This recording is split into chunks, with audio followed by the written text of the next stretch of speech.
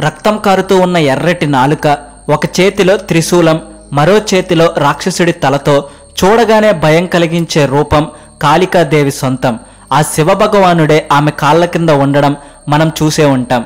ఈ ఈశ్వరుడి కంటే కూడా ఎంతో శక్తివంతమైనదే కాళికాదేవి అని మనకు ఆమె రూపాన్ని చూస్తేనే అర్థమవుతుంది. కోపంలో కాళికాదేవిని శివుడు తప్పించి ఇంకెవ్వరూ కూడా శాంతించేలా చెయ్యలేరు. ఎంత ఉగ్రరూపం ఉన్నప్పటికీ కూడా కాళికాదేవి భక్తులకు కొదవలేదు.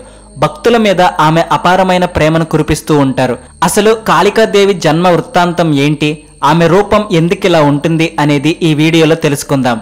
అయితే మీరు ఇంతవరకు మా ఛానల్ సబ్స్క్రైబ్ చేసుకోకపోతే తప్పక సబ్స్క్రైబ్ చేసుకోండి.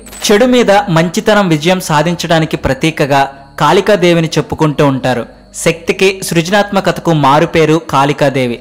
ధర్మ సంస్థాపన కోసం పాపాత్ములను శిక్షించడానికి కాళికాదేవి జన్మించింది అని పురాణాలు చెబుతూ ఉన్నాయి.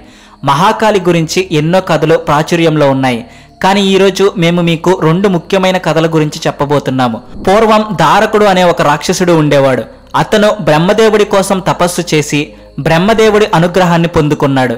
బ్రహ్మ ఇచ్చిన వరం ఫలితంగా అతనికి కేవలం ఒక స్త్రీ చేతిలో మాత్రమే చావు లభిస్తుంది. అత్యంత సున్నితత్వానికి, సౌకుమార్యానికి ప్రతీకలైన స్త్రీలు తనను చంపేందుకు అవకాశం లేదు అని ఆ రాక్షసుడు భావించాడు. అతను రాక్షసుడు కాబట్టి అతని అసుర ప్రవృత్తిని వదులుకోలేదు. వరం లభించిన తరువాత అతని అహంకారం ఎంతగానో పెరిగిపోయింది. ఎన్నో దారుణాలు చేయడం మొదలుపెట్టాడు. ఎంతో మంది బ్రాహ్మణులను, ఋషులను, మహర్షులను కూడా అతను హింసించడం మొదలుపెట్టాడు. స్వర్గాన్ని కూడా జయించడానికి ఆ రాక్షసుడు సిద్ధమయ్యాడు. దేవతలందరూ కలిసి అతని మీద యుద్ధం కూడా చేశారు. కానీ ఫలితం లేదు. వాళ్ళందరూ అతని చేతిలో ఓడిపోయారు.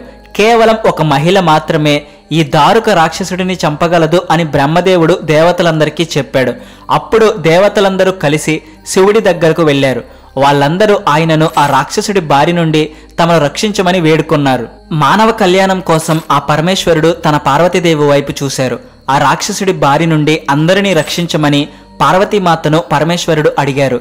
కేవలం పార్వతీదేవి మాత్రమే ఈ సమస్యను పరిష్కరించగలదు. వెంటనే పార్వతీదేవి నవ్వుతూ తన శరీరంలో ఉన్న ఒక అంశాన్ని పరమేశ్వరుడిలో ఏకం చేసింది. పార్వతీదేవి శరీరం నుండి వచ్చిన అంశం పరమేశ్వరుడితో ఏకమైన తరువాత ఆయన గొంతులో నుండి అవతరించింది. అదే సమయంలో ఈశ్వరుడు త్రినేత్రాన్ని తెరిచాడు.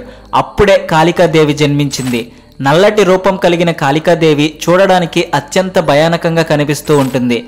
కాళికాదేవి రూపాన్ని చూసిన రాక్షసులతో పాటు దేవతలు కూడా అక్కడి నుండి పారిపోవడం మొదలుపెట్టారు. ఆమె రూపం ఎంత భయానకంగా ఉంది అంటే ఆమె ముందు నిలబడడం ఎవ్వరికీ చేత కాలేదు.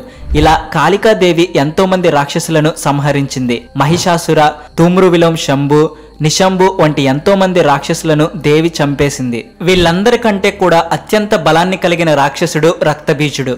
అతనిని చంపడం దేవతలకు కూడా సాధ్యం కాదు. రక్తబీజుడు అంటే రక్తం నుండి సృష్టింపబడే ఒక విత్తనం. ఈ రాక్షసుడు ఎంతో కఠోరమైన తపస్సు చేసి శివుడి నుండి ఒక వరాన్ని సంపాదించుకున్నాడు. ఈ రక్తబీజుడిని గాయపరిచిన వెంటనే అతని రక్తం నుండి మరొక రక్తబీజుడు పుట్టుకు వస్తాడు. దాంతో తనకు ఎదురు లేదు అనుకుని ఆ రాక్షసుడికి అహంకారం పెరిగిపోయింది. గర్వంతో విర్రవీగిన రాక్షసుడు దేవతలను కూడా పీడించడం మొదలుపెట్టాడు. దేవతలందరూ అతనితో ఎన్నో యుద్ధాలు చేశారు. కానీ అతని రక్తం పడిన చోట నుండి మరొక రక్తబీజుడు పుట్టుకు రావడం మొదలుపెట్టాడు.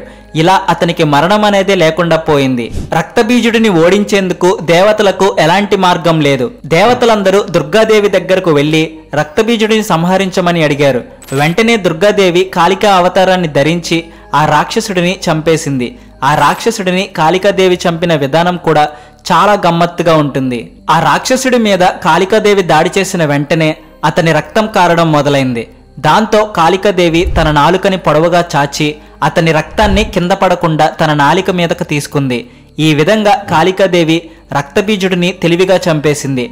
రక్తబీజుడిని చంపిన తరువాత కాళికాదేవి ఉగ్ర స్వరూపం ధరించింది. ఆమెను శాంతింపజేయడం ఎవరికీ సాధ్యం కాలేదు. ఆ రూపం కారణంగా ముల్లోకాలు అదిరిపడ్డాయి. ఆమెకు భయపడి సమస్త జీవకోటి అల్లకల్లోలంగా మారిపోయింది. వెంటనే దేవతలందరూ భయపడి శివుడి దగ్గరకు వెళ్లి తమని రక్షించమని వేడుకున్నారు. అయితే శివుడు కూడా కాళికాదేవిని శాంతింప చేయలేకపోయాడు. దాంతో ఆయన కాళికాదేవి పాదాల చెంతకు చేరుకున్నారు. తన కాళ్ల కిందకు వచ్చిన తన భర్తను చూసిన కాళికాదేవి ఒక్కసారిగా శాంతించింది. ఈ విధంగా శివుడు దేవతలకు సహాయం చేస్తూనే కాళికాదేవి కోపాన్ని కూడా తగ్గించాడు. కాళికాదేవి రూపాన్ని మీరు చూసే ఉంటారు. ఒక కాలు శివుడి మీద పెట్టి ఉన్న రూపాన్ని గమనించినట్లయితే కాళికాదేవి నల్లటి నలుపు రంగులో ఉంటుంది. దేవతలందరికంటే ఎంతో విచిత్రంగా ఉన్న రూపం కాళికాదేవిది. ఒక చేతిలో కత్తి, మరో చేతిలో రాక్షసుడి తలను పట్టుకున్న కాళికాదేవి స్వరూపం ఎవరికైనా భయాన్ని కలిగిస్తుంది. ఆ రాక్షసుడు మరెవరో కాదు, రక్తబీజుడు. రక్తబీజుడి రక్తం దుష్ప్రభావం చూపడంతో కాళి కరాల నృత్యం చేయడం ప్రారంభించింది. భూమిపై ఆమె వేస్తున్న ఒక్కో అడుగుతో వినాశనం జరుగుతూ ఉంటుంది. దేవతలంతా కలిసి వెళ్లి శివుడిని వేడుకుంటారు. కాళిని శాంతింపచేయడానికి యుద్ధభూమికి వచ్చిన శివుడు ఆమెను పరిపరి విధాలుగా ప్రార్థించిన ఆవేశం చల్లారదు. రాక్షసుల మాంసాన్ని తింటూ నృత్యం కొనసాగిస్తుంటుంది కాళి. ఆమె కొప్పుముడి తొలగి కేశరాశిగా మారుతుంది. ఆమె కేశాల నుంచి వెలువడే గాలి దేవతలను దూరానికి విసిరేస్తూ ఉంటుంది. అన్ని విధాలుగా ప్రయత్నించిన శివుడు ఎప్పటికీ కాళి శాంతించకపోవడంతో చివరకు పాదాల దగ్గరకు చేరుతాడు. అప్పటికి స్పృహలోకి వచ్చిన కాళి తన పాదాల దగ్గరున్నది భర్త పరమేశ్వరుడు అని తెలుసుకుని కొద్దిసేపటికి శాంతిస్తుంది. అలా శివుడు పాదాల చెంతకు చేరితే కాని అమ్మవారి ఉగ్రరూపం చల్లారలేదు. సాధారణంగా భార్యల కాళ్ళ దగ్గర కూర్చున్న దేవుళ్ళు తక్కువ. రాధాకృష్ణ సాంప్రదాయంలో రాధ పాదాల దగ్గర కృష్ణుడు కూర్చుని పాదసేవ చేసే విగ్రహాలు మనకి కనిపిస్తూ ఉంటాయి.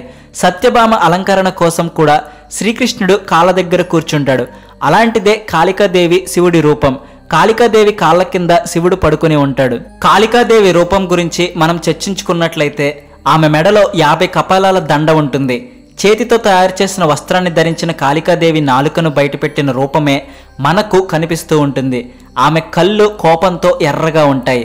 ఆమె శరీరం అంతటా రక్తం నిండుగా ఉంటుంది. ఆమె ముఖంలో 3 పెద్ద పెద్ద కళ్ళు ఉంటాయి. ఒకటి సూర్యుడు, మరొకటి చంద్రుడు, మూడవది అగ్నికి ప్రతిరూపం. కాళికాదేవి నుదుటి మీద చంద్రుడి రూపం కూడా మనకి కనిపిస్తుంది. చెదిరిన జుట్టుతో కాళికాదేవి రూపం ఎవరికైనా వెన్నులో వణుకు పుట్టిస్తుంది. దుర్గాదేవి దశమహావిద్యలలో ఒకటి ఈ కాళికా స్వరూపం అని కూడా చాలా మంది పండితులు చెబుతూ ఉంటారు.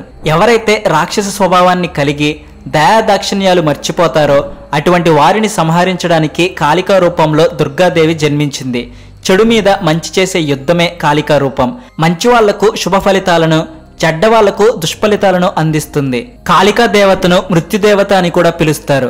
ఆమెకు ఉన్న శక్తులు చూసి కలిపురుషుడు కూడా భయపడుతూ ఉంటాడు. సమస్త విశ్వంలో ఉన్న శక్తులన్నీ కలిసి కూడా ఆమెను శాంతింపచేయడం కష్టం.